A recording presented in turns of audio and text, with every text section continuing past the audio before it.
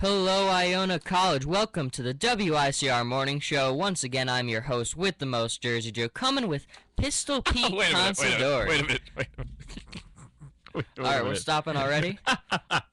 Did you just say the host with the most? That's what I say before all my shows. That is awesome. The host with the most. That is awesome. That's how as many shows as I've seen of yours, like on Ustream, I've never picked that up. I don't know why. That's the funny thing. Is I start every show. That's always great. Posting the most. Yeah. Oh, man. All right, sorry. Go ahead. All right, so what do you want to go with first? You want to go with sports? You want to go with entertainment? Which one? Let's go with world news. World news. Homeland Security arrests over 600 gang suspects. More than 600 suspected gang members have been arrested in Homeland Security Department's largest crackdown on street gangs. ICE agents, along with local authorities in 197, what am I doing? 179 cities arrested 638 suspected gang members over a month-long period in March and April. More than 400 of those arrested had violent criminal histories, including 7 people wanted on murder charges. ICE did not identify all those arrested or the charges they face. Thomas Winkowski, the principal deputy assistant secretary for ICE, said, quote, "These are bad people with bad motives from bad organizations." Arrests were made across the country, including in Dallas, Los Angeles, San Francisco, Maryland, and New Mexico. The latest crackdown, dubbed, quote, Project Southbound, in part of a larger initiative started in 2005 to target street gangs with international ties. What is going on? Well, that's a lot of information to process right there. That's a lot of information. I apologize for stumbling over my numbers. No, you got it. You bounced back. I'm saying 197 instead of 179. I'm saying like secret gangs instead of street gangs, and I apologize for that. Some interesting stuff. I mean, this is insane. Yeah. I didn't even, obviously that this is a problem around the world, gang and violence in general. But I did not know that this went down. Absolutely. Now I do.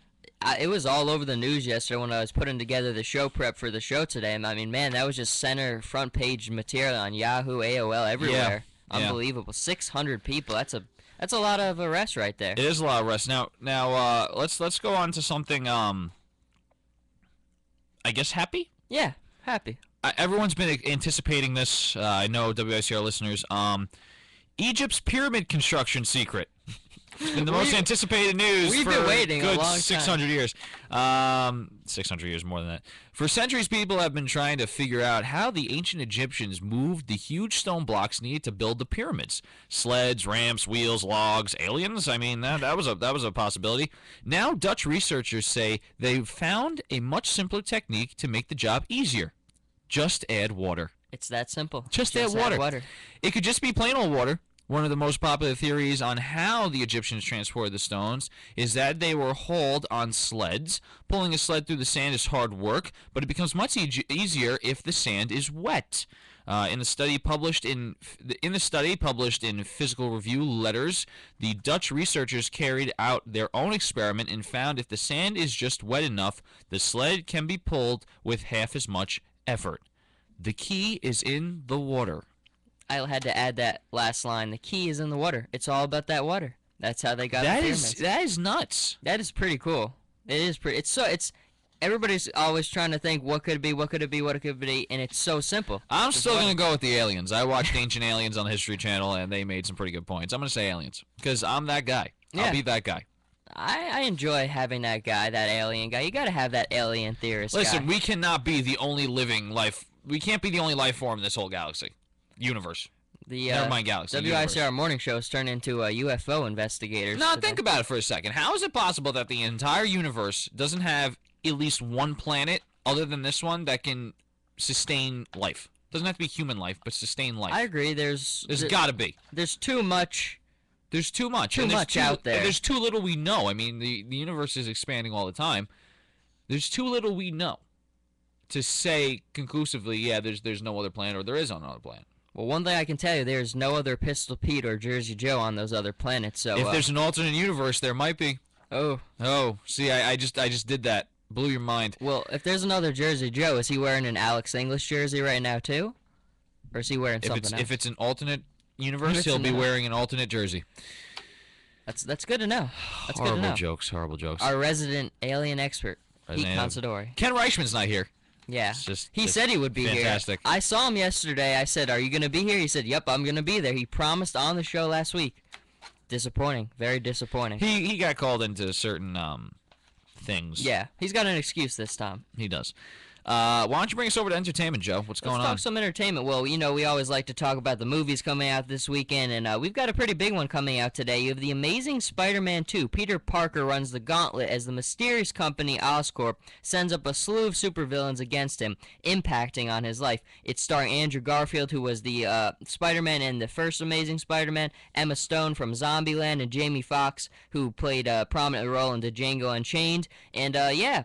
Pete, did you see the first one? I did see the first one, and I gotta say, I did like it a whole lot better than the Tobey Maguire versions. Wow, you liked it better than those ones. Now, that I'm not saying that the Tobey Maguire versions were not good. I did enjoy those movies. I enjoyed it for the action. I thought the third Spider-Man, when he becomes like Venom, Well, he doesn't become Venom. He becomes like the dark Spider-Man. That's true. He never actually turns into Venom. The other guy is Venom. Yeah, the photographer. The photographer guy becomes Venom because the matter, the dark matter, gets on him instead of the suit, like in Spider-Man. And I thought that was a cool twist that the suit becomes darker with Spider-Man with that whole thing.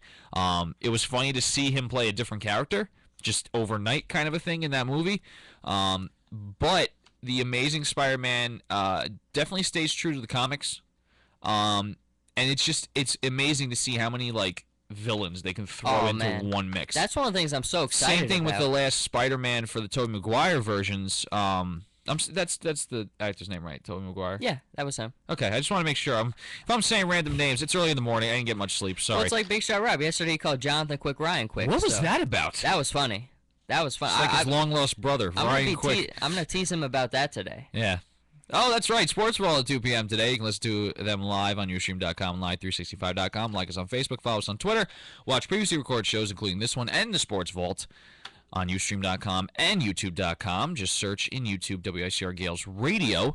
And don't forget to not miss the Full Metal Attack that was recorded yesterday. It's our second to last show. Next week will be our last show, so definitely tune in next week for everyone's farewell. Now, that's got to be just a great show. I mean, you've been doing this for a long time now. That's your final Full Metal Attack? Full Metal Attack. I mean, I've been doing Full Metal Attack for a couple of years now. I know. I mean, it's got to be kind of emotional. Your final one. It is a little emotional. I'm not gonna lie. I had, Greg Mora and I started. Well, I started Full Metal Attack going solo, and then Greg Mora hopped on the project.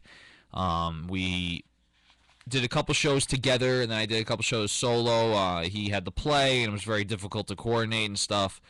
Greg Mora, what a great co-host. And then I brought Nick Grippo on board for these past 2 semesters, and I gotta say it's the best quote-unquote season of Full Metal Attack we've had, and it's been fun. It's been a lot of fun.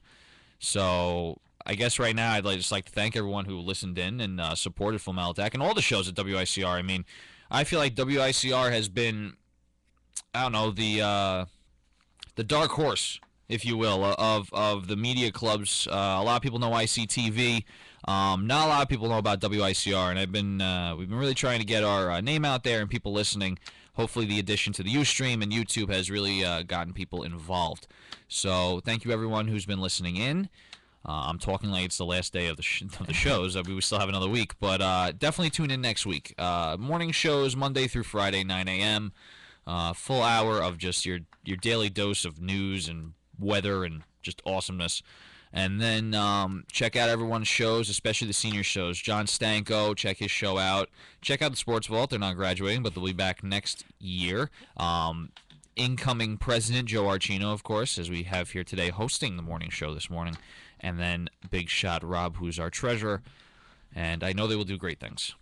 We appreciate it, Pete. We'll be listening to Full Metal Attack because you've done a lot of good things there, and we want to support you going out. Because next week, you got to tune into the morning shows, folks, because you're not going to be able to listen to Pete anymore. So make sure you tune in then because I believe Spring Gonzalez is going to be taking my place. So the best of luck to her. Yeah. Still, can't replace you.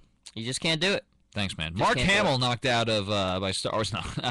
Thank you very much. I appreciate it. On to the next story. What's this going on? Mark Hamill knocked out by Star Wars Episode 7 cast. Yeah. What's that about? Well, it's really cool. I mean, the Star Wars movie has been getting a lot more attention lately, and Well, because the cast was just yeah. released, so and they everyone's just had going nuts. a cool picture of the table reading of everybody, and they had Yep. Mark Hamill in there. You had Harrison Ford in there. You had Carrie Fisher. So I think a lot of the fans really wanted them to incorporate the classics in there, and it seems like they're going to do that. It seems like Mark Hamill's got a really big role. I think Harrison Ford has got a really big role. So it's good to know because I mean, right here I have the actors. You've a lot of new guys, but the Wait. It says knocked out. Was he kicked off the cast? What, No, did no. he get beat up? Like, what happened? When it says knocked out, it means like he was amazed by it. Oh, like him himself was. Oh, Yeah. got it. Okay, gotcha. Yeah, Never Mark Hamill was mind. not harmed. Never mind. Mark Hamill's fine, folks. Mark Hamill's okay. Give us the rundown of the actors here. Well, yeah, you've got man, these are some hard ones to say. John Boyega, I hope that's right. Daisy Ridley, Adam Driver, Oscar Isaac, Andy Serkis, Domhnall Gleeson, and Max von Sydow. And they're going to join the original stars, like we already said: Harrison Ford, Carrie Fisher, Mark Hamill, Anthony Daniels, Peter Mayhew, and Kenny Baker in the new film. Now, Pete, let me ask you: are you a Star Wars fan? Huge. Yeah. But I'm a huge Star Wars fan as well. I have to say. Here we go. I have to say. I miss Qui-Gon Jinn. And let me explain why I miss Qui-Gon Jinn. Liam Neeson played him. He was awesome. He did a great. Not many people put two and two together, but he played Qui-Gon Jinn, and he gets, let's say, how do I put this lightly? He is, he passes away in the film Darth Maul. by the hands of Darth Maul, pretty much murder. And they just cut him out of the films too soon. I think they should have had him until the beginning of the second movie. Okay, the beginning of the fifth movie. Even though it's episode 1, 2, and 3, Yeah. they're the fifth. They're the fourth, fifth, and sixth movies that Star Wars have made. Exactly. Chronologically, They made when they first made Star Wars 5, 6, and 7. If everyone knows episodes 5, 6, and 7, they would understand that you had Luke and Leia, and that was the whole story. Darth Vader and everything. Luke, I'm your father, and that whole plot twist. What they decided to do, Lucas and LucasArts decided to bring it back and do the next 3 episodes as a prequel to what happens, not like right before episode 4, but quite some time before episode 4, and they try to show the backstory of how Darth Vader came to be and all of that. So it was I liked it, and I think to get rid of confusion, they named it episodes 1, 2, and 3, and then they named the other ones 4, 5, and 6 just to make it chronological. But I gotta say, the acting in 3 from Anakin, a little shoddy. Here's the thing. I always ask people this because I'm a huge Star Wars fan. What is your favorite one? My favorite one is Revenge of the Sith. That's my hands down favorite out of That's the the Sith third. one. That's the third one. Third one, yeah. Third Revenge episode. where Anakin where he finally like becomes Darth Vader. I completely agree. I think that storyline in that movie was the best one of the newest series. Yeah, definitely. All right, you can't compare it to the old series. That's fair. The old series was Star Wars. Yep. Like it was ahead of its time. The technology, you cannot compare. I mean, in today's day and age, the stuff they do is almost like given. Yeah.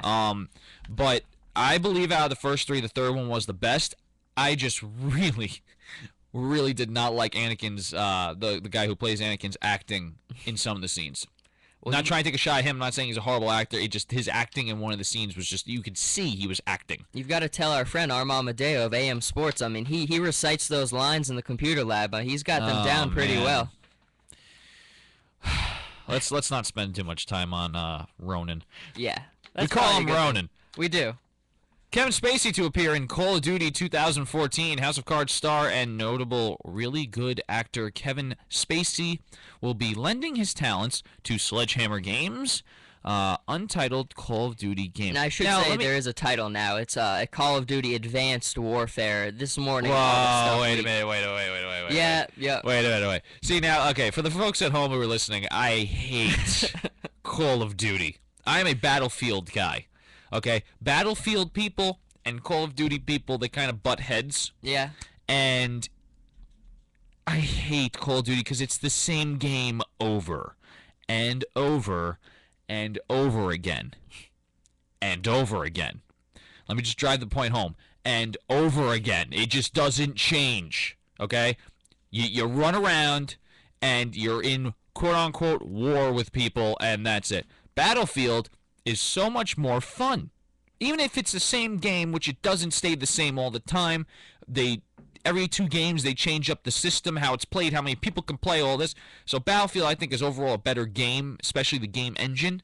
But Call of Duty is really, really just redundant. Now, quick question for you. Was Treyarch bought out by Sledgehammer Games to get Call of Duty? What happened with Treyarch? There's now 3 studios cycling between the development. So you have Infinity Ward, who's known who made Call of Duty Ghosts, and now you have Sledgehammer, who's making Call of Duty Advanced Warfare. So then next year, Treyarch will return with whatever their next project is. Right. So Okay. And 3 studios making 3 different Call of Duties. Right. And Activision hasn't been with them in a while. Yeah. Activision, I don't think, hasn't been there since Call of Duty 4. And let's talk about Call of Duty 4. Just to drive the point home how redundant this game is, the 4th Call of Duty was called Modern Warfare.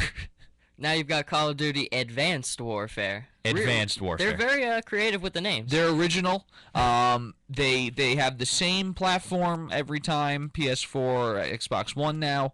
I think PC as well is a big market for them too. PC gaming is a huge market. But wow, it's the same thing over and over again. Like, enough. Well, I mean, the concept That's why Guitar Hero, as fun as a game as it was, no one wanted to keep buying Guitar Hero. So it's like, all right, I know what I'm going to play. Like, all right, I get new songs, fine. But, like, to pay $60 to play the same exact game over and over again, it's so... Oh, man. It's just... Oh, it gets me angry. See, I agree with you. I think after Call of Duty Black Ops, I think is when the games kind of started to get stale. It should have ended right there. Black Ops was a great Call of Duty. It was redundant considering you had Modern Warfare 2, 3, 4, and 5. You know, it kept going. Yeah. Oh, there was 3 Modern Warfares, by the way, folks. Okay, so now you have Advanced Warfare. I wonder how many of those are going to come out. So that was that.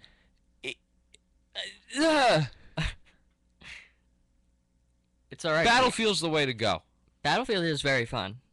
Now, my friend Andy, he was the vocalist in my band, big Call of Duty guy. He got Battlefield 4 for the Xbox 360 or the one. Yeah, sure, the one, I think. He played it for like 20 minutes with us. Oh, the Xbox 360, because we didn't have one, so we can't play with him. So me and my friend Paul, who are avid Battlefield players, we're pretty good. We're a good team. We're a good squad. There's squads in this game. Yeah. Call of Duty took that from Battlefield. Battlefield always had squads. Now all of a sudden, Call of Duty's like, oh, we can have squads. Me and Paul are a great squad. We know how to work together. The game is very team-based. It's not Call of Duty where it's like just, forgive me for my language if you don't know, it's spray and pray. Spray and pray. It's very individualized, Call of Duty. But Battlefield, you actually have to work as a team in these games, and a lot of people, even on Battlefield, don't even know that. So when Andy put the game in and he started playing with us, he was flipping out. What do I do? This game's so hard. I can't do it. Because everyone that goes from goes from Call of Duty to Battlefield thinks Battlefield is the hardest game in the world because they don't know how to play it. That's a Battlefield is hard. It's not easy. It's not a walk in the park. It's not like, oh, hey, run, step. Run, you know, like you do in Call of Duty. It's a hard game. Got to play the objective. I think that's a good point, too. Yeah, Andy has been playing it, and he's gotten somewhat better at it. Loves it. People, play Battlefield. You will not regret it. I'm done with my rant. Endorsing Battlefield 4, available on all current and last-gen systems. So Pizzle Pete endorses it, so I'd go pick it up.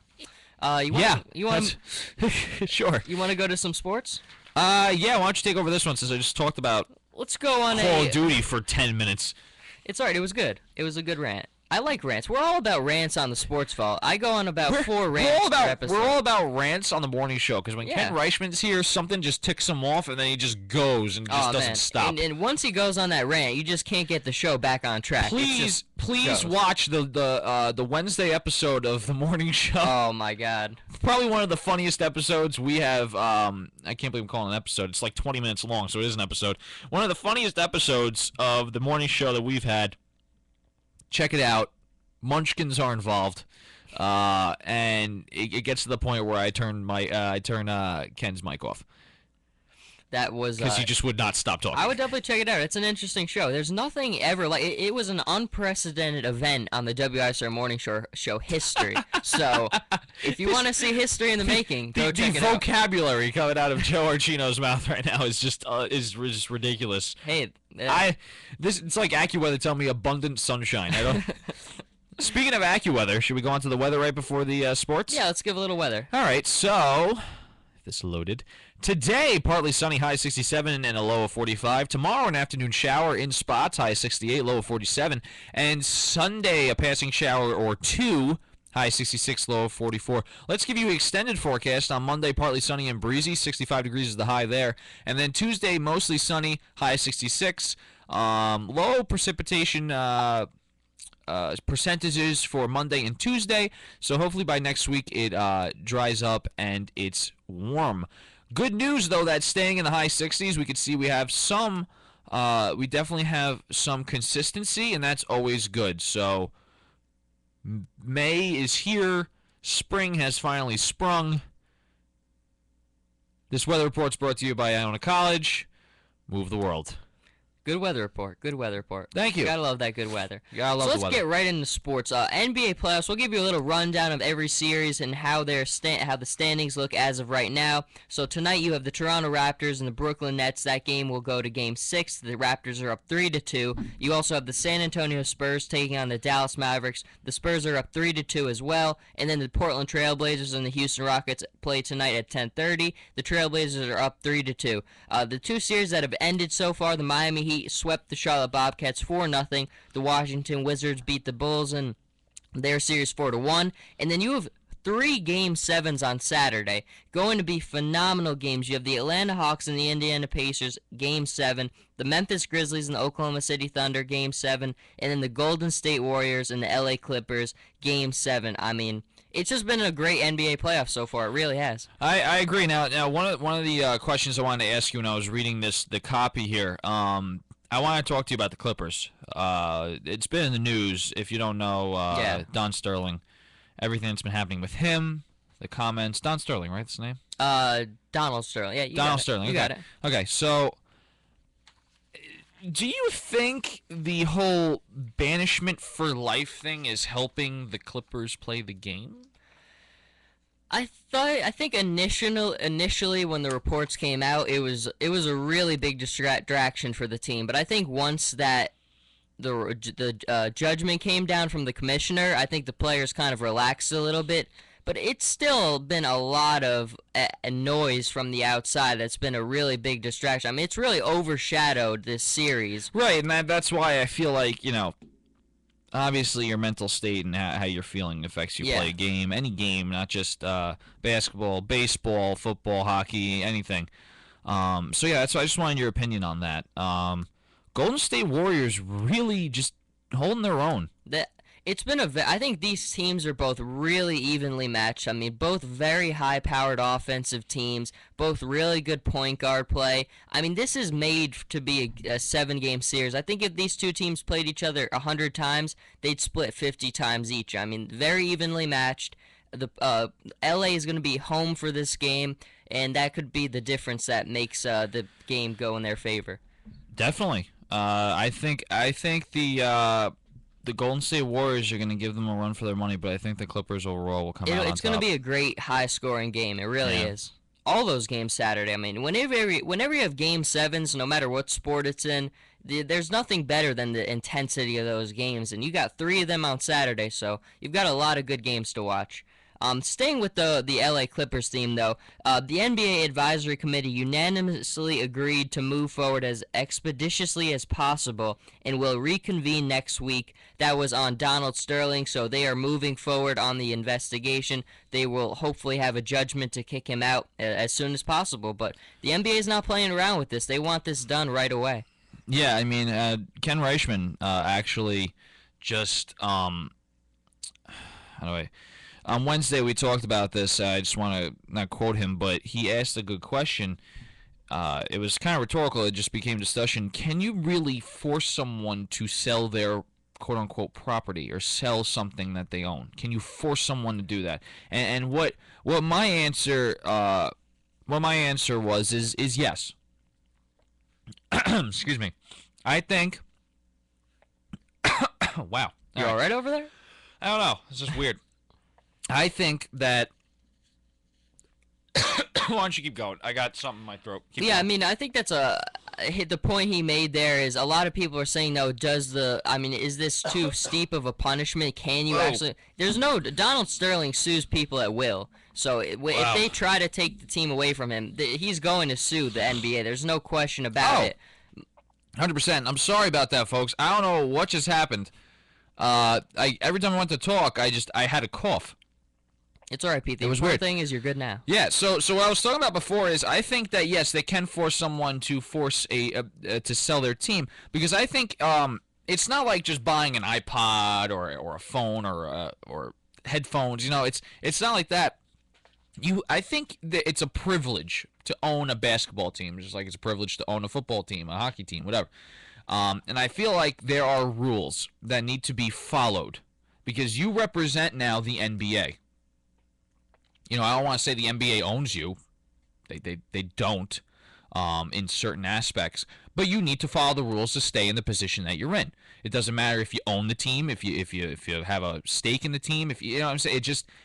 You need to abide by the rules, because now what happened with Donald Sterling is that now the NBA commissioner looks bad. The NBA looks bad. A lot of endorsements start to go bye-bye because of this, all because of his comments. So what I think the commissioner did was correct. I think he did it. He was fair about it. Those comments should have never came out. But I think they can force him to just say, you know what, you're done, you're out, you can't have this team anymore. I think you put it absolutely perfectly. I mean, I think there's absolutely the team needs. I want this. I've wanted this guy out of the NBA for a long time, and it's definitely the right move to get him out. The only question I have is legally, can they do it? I mean, I'm not really 100% sure on all the logistics involved legally and how this works, but I think that there's just cause. And if you think ethically and from a moral perspective, there's no way that this guy should be allowed to stay and have an NBA team. Right. I mean, now there's the whole issue. I mean, obviously, these are private comments. Should they have been released? Yeah. This and that. It doesn't matter. Shouldn't have Still been said can't at all. exactly. That's the argument that some people are trying to make. I mean, that the person in the tape baited him into it. It doesn't matter if he was baited. He said the comments. There's no room for those kind of comments. You just can't say it. That's it. So, let's go on to other NBA news. Lakers. Did we talk about this? No, right? No. Lakers coach Mike D'Antoni, former Knicks coach, resigns after Lakers don't pick up his 2015-16 option on his deal. Now, why do you think they didn't pick up the option? Because they didn't get to the playoffs? Well, yeah, I don't think that D'Antoni was ever the long-term guy for the Lakers. I mean, look, he had a really hard job in front of him right now. This Lakers team really doesn't have a lot of talent. The last 2 years was just kind of rough, and I think he was kind of just a transition guy to kind of get to buy time right now, but he wasn't the long-term guy. But I kind of feel bad because he's kind of the fall guy right now, but Right. there's really not much he could have done. That's just the old tale of sports. When the players don't do well, you blame the coach. Yep. And there's no talent. I mean, this is a horrendous roster for the Lakers right now, and there's not much D'Antoni could have done, but he'll get a job somewhere else. Yeah, I mean, I think Mike D'Antoni was a great coach. I think he did well with the Knicks. Until the Carmelo trade. Everything was going well. Yep, until the Carmelo trade, and that opened up a can of worms, and just, the best of luck to him. Yeah. definitely. Well, let's move on to hockey. We know how big a hockey fan Pete is. The Rangers and the Penguins, that series, pretty much all of the next round 2 games will be starting up. So the Rangers and the Penguins, that game will start tonight at 7 o'clock. You have the Wild versus the Blackhawks, that will also start tonight at 9:30. And then the Kings and the Ducks start Saturday, 8 o'clock. And last night you had the first game of the second round. You had the Canadiens beating the Bruins 4-3 in overtime. PK Subban with the overtime goal about 5 minutes into the second overtime. He's so good. He is. Man, that was just a great. I was watching the Warriors game, and then when I switched on to the hockey game, he made that goal right when I turned it on. So perfect It was timing. double overtime. It was great. They went to the second overtime. This doesn't concern me. I know I have the Bruins going on in my bracket. My bracket is so messed up right now, I really don't care about it anymore. No, thanks to my Sharks. So, yeah, thanks a lot. San Jose. Thank you, Niemi. Anyway, they should have kept Staylock in. Look, we were just talking about rants. I'm going on a rant about the Sharks on the Sports Vault today. It's going to be a pretty epic rant. If I'm around, I'm going to come by and we're going to hear this out. It's going to be a pretty epic. So let's move on. But my bracket's horrible right now, so I don't care about the bracket. All I care about is the Rangers winning. But this doesn't concern me about the Bruins. The Bruins in the first round lost their first game, I believe, right, to the Detroit Red Wings. They did. They lost game 1 there too, and then they pretty much controlled that series. And then they sweep, but then they just did 4 in a row. Yeah, dominated. So the Bruins look good in this game, even though they were down 1-0 for a while. The Canadiens did overall beat them 4-3, like you said, in double overtime. So obviously they're both playing very hard, these teams. I'm not concerned about the Bruins, though. I think they just, like they've been on rest like they were before the playoffs.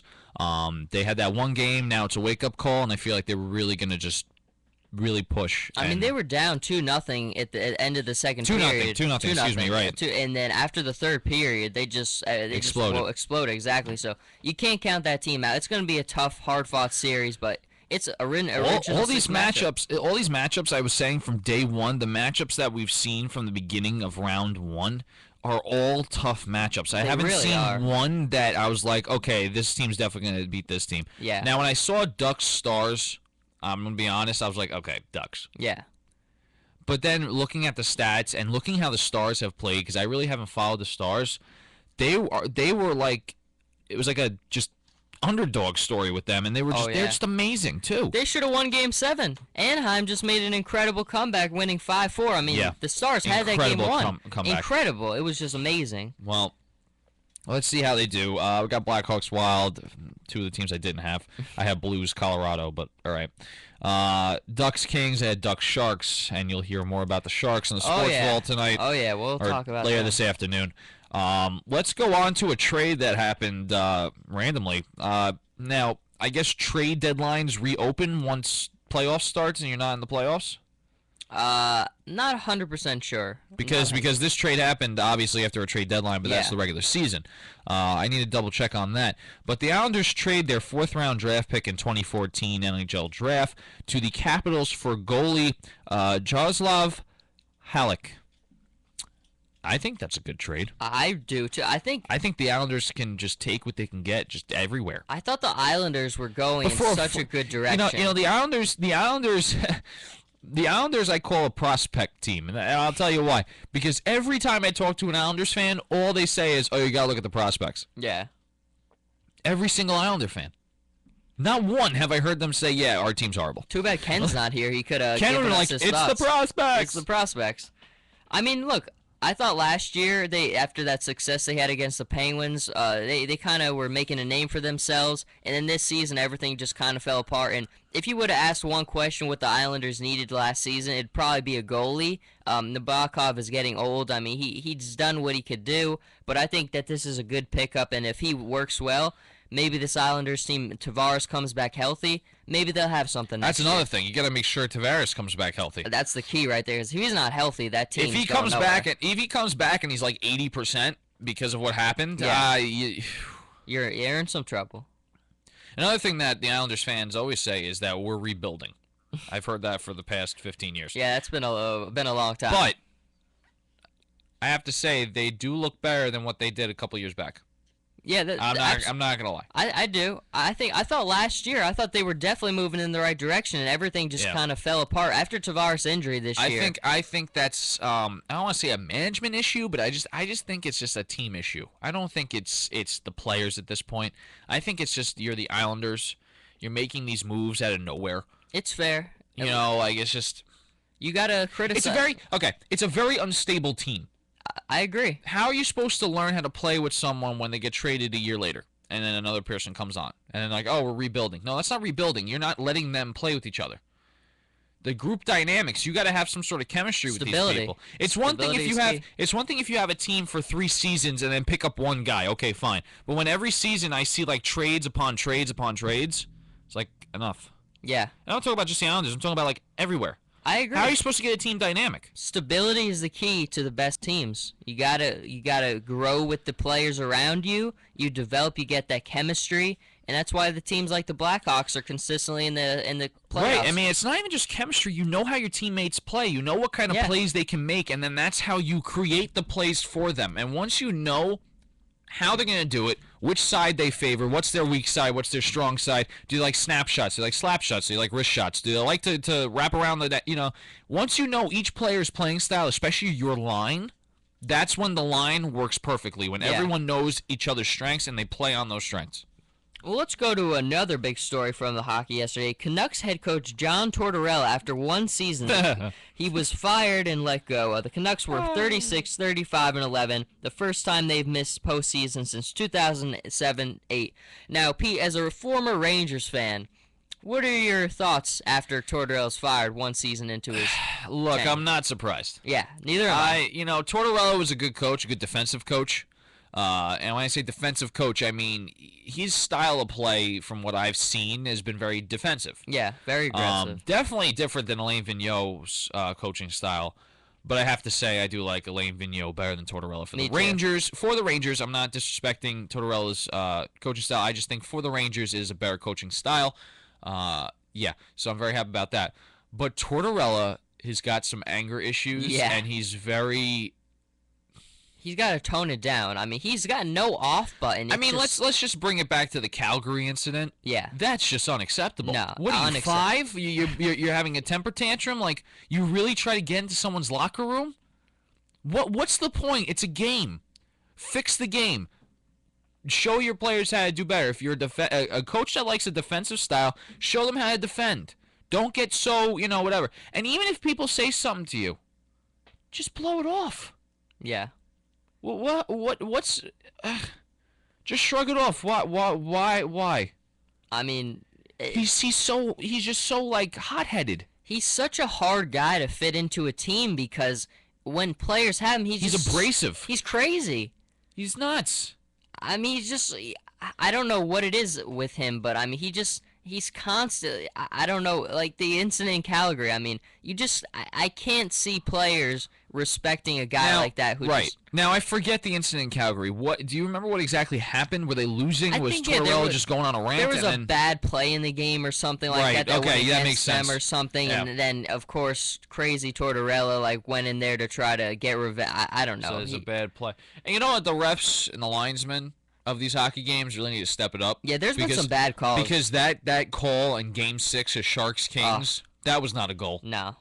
Horrible. No. More misery for the Sharks. More misery for the Sharks. Next year, Joe. Next year. That's what we keep on saying to keep us not crying after every loss. Well, that's it here for us at the morning show. Thanks for checking us out. Joe, you have anything last to say? Go Rangers tonight. Go Rangers. I think they have a good. I think they have a good chance against the Penguins, especially Marc-Andre Fleury. Yeah, he always gives you a chance. Always, especially the way he played against the Blue Jackets. He almost messed up that series bad for them. Yeah, that's for sure. Thanks for tuning in. We will see you Monday morning at 9 for our final week of shows. Like I said, you can listen to us live on Ustream.com and Live365.com by searching WICR. Don't forget that, like I said, last week of shows next week, so please tune in. We'll see you Monday morning at 9, and don't forget to check out the Sports Vault today at 2 p.m. Thanks, Pete. No problem. See you guys later. Yep.